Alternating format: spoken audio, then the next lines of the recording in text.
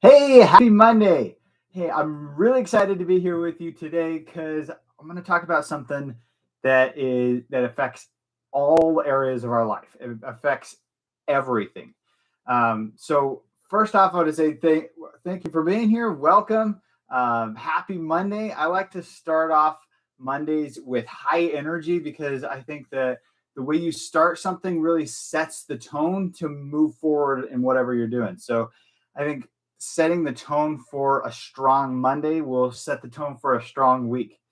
And hopefully today I can give you something that will maybe motivate you to get some momentum going, to take some action, which will inspire you to really uh, take that to the next level and upgrade yourself and get some inspiration to take further action. And my ultimate goal is for these little Monday morning motivators to really help eventually get to the point where it's motivation, inspiration, and then transformation, because transformation is what we're really after. That's what we're all trying to strive for, is to get to that next level, right? We're always wanting to grow. That's one of our fundamental human needs, is to the need to grow. So hopefully I can give you something that eventually can lead to some transformation in your life. So this week I've been thinking a lot about patterns, and I want to ask you: Have you ever wondered how you can really break a bad habit or create a good habit? I think a lot of us think about that. I think a lot of us really beat ourselves up when it comes to either having the bad habits, or we're trying to start a good habit and it just doesn't seem to be sticking. And so I think we really beat ourselves up. But here's the thing to remember: habits control, like I said, habits control your entire life, from the time you get up in the morning to the time you go to the bed and everything in between. But let's put a pin in that, because what if I told you that it's not actually just in your waking hour, it's actually when you're asleep. It's the patterns that control everything. It controls the way we think, it controls what we do, it controls the way we eat. And the reason is because our patterns are embedded in our subconscious, right? You can look at patterns and habits as kind of the same thing. There are a few differences. And next week, I'm going to actually go really deep into habits and how we control those. But right now, we're gonna learn about what patterns are and how you can actually learn to recognize them and use them. So, like I said, ultimately, it's the force that controls our whole lives, and they're embedded in our subconscious.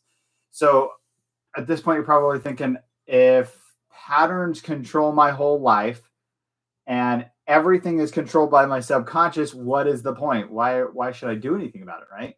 Well, that's actually the good news, because when you form a habit or create a pattern, you actually start to, it almost becomes kind of an automation in your life, an automated part of your life. So you can think of habits or patterns as like running an automation on a computer, right? It takes a little bit of work to really start to develop that pattern. But once you can develop the pattern, once it becomes part of who you are, it kind of runs on autopilot. And that's one of the really amazing things about patterns.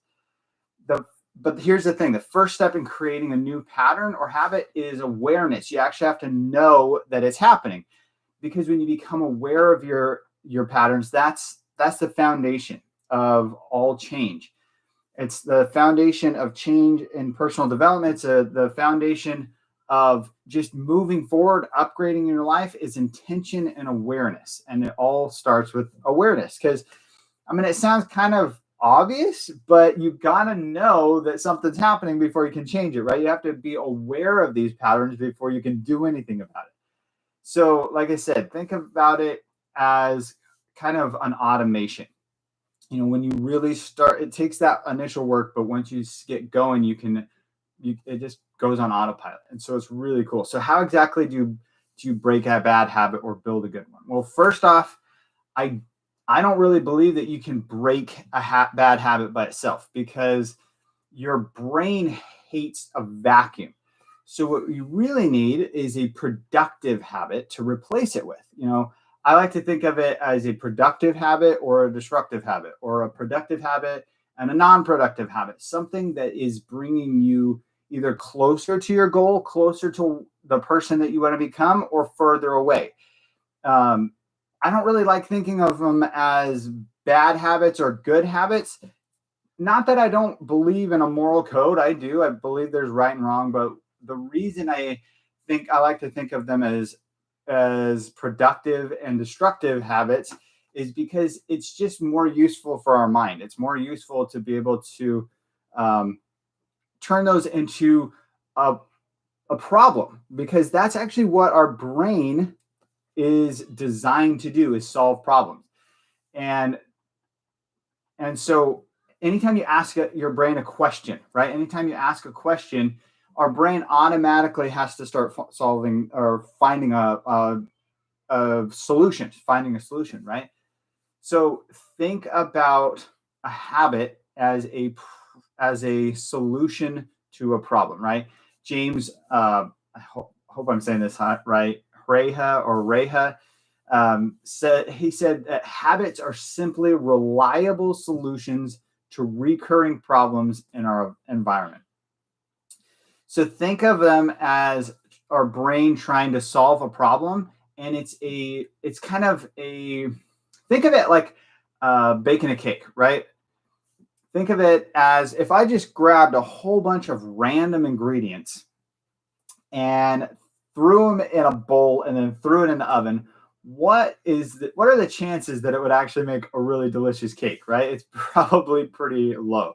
So you have to understand that it's like a recipe. So what triggers are there that form that habit? And then there's a routine that you follow after the trigger, and then you get a reward for solving the problem. Charles Duhigg calls this the habit loop, and it's basically the cue, the routine, and the reward. James Clear calls it, he has one pretty similar, and he calls it the cue, craving, response, reward. So they're basically the same thing. And next week, we're going to go really deep into how that works, and we're going to pull apart how that loop actually works. But right now, how do you use that on a kind of a grander scale? How do you look at that as a pattern? Well, the first thing, like I already said, is you got to become aware, because obviously when you aren't aware of what's happening, you can't do anything about it. This is actually what Tony Robbins calls pattern recognition. So the first step is just knowing that you're in a pattern, and then realize that here's this one's really important. Realize that you are not your own pattern. You are not defined by your pattern. You're a person with a unique fingerprint and a unique soul that is running a pattern. Okay, so think of it as something that controls you, but something that you can change if you choose to. But it first starts by becoming aware of it. Does that make sense? So number two, the second thing you can do is learn to use the patterns you already have. So Tony calls this pattern utilization. So this could be using a habit or routine that's already part of your life, kind of already embedded in your life, and you can swap out the actions to ones that are productive. So for example, when I started to implement my really powerful morning routine, I was already getting up in the morning. I was already getting breakfast. I was already doing these things, but I changed things that I did and the time I did them at, and it transformed my mind and my body, because I was able to utilize the pattern I already had, and I kind of switched things out to make it a more productive pattern. And then the third thing is you start to create your own patterns. Tony calls this pattern creation or true mastery. This is where you start to create change in your own life. This is where true intention actually starts to take over, and you start living with purpose instead of just letting life happen to you, right? So I want you to remember, you are not your habits, but they do control what you do. They're how you operate in the world. So what I want you to do this week is start to look at your habits and your patterns with intention, and start to pull apart kind of the triggers and the routines and the rewards you get from solving the problems in your environment. And like I said, we're going to go deeper on this next week. I'm really excited about really going deep into the habits, because this is truly one of the things that's transformed the way I do everything. It made me change careers. It made me change the way I approach relationships, the way I approach health and business and everything. Habits are huge. And we're going to talk a little bit about keystone habits, which are really a really huge thing. But here's the thing. Remember, your brain it's a problem-solving machine. It's what it's built to do. So as you start to recognize your patterns, you can start to utilize them. You can start to use those patterns and switch them out. And finally, you can start to learn true mastery and start to create your own patterns. And that's when it gets really exciting, because then you can take control of your own life. Because when you understand the pattern that you're running, when you understand what's happening, awareness, then you are empowered to actually move forward. It's like this book I have back here called Extreme Ownership. When you take responsibility, when you recognize what's happening and then you take responsibility for that, you have the power to change that. It's like Trent Shelton says, if you're the problem, then you're also the solution. He has this little thing that he does with people. He's really great. I would highly recommend looking him up. But he says, I'm the problem, which means I'm also the solution. So start thinking about that this week. I want you to start looking at patterns. I want you to start recognizing patterns and how they affect your life. And if you're a real estate professional and you're ready to start recognizing those patterns in your life and your business and in your clients, and then start utilizing and ultimately start creating your own success habits, join me for my free webinar. Call it the Realtor's Edge workshop. Join me for my free workshop this Thursday. There's a link in my bio.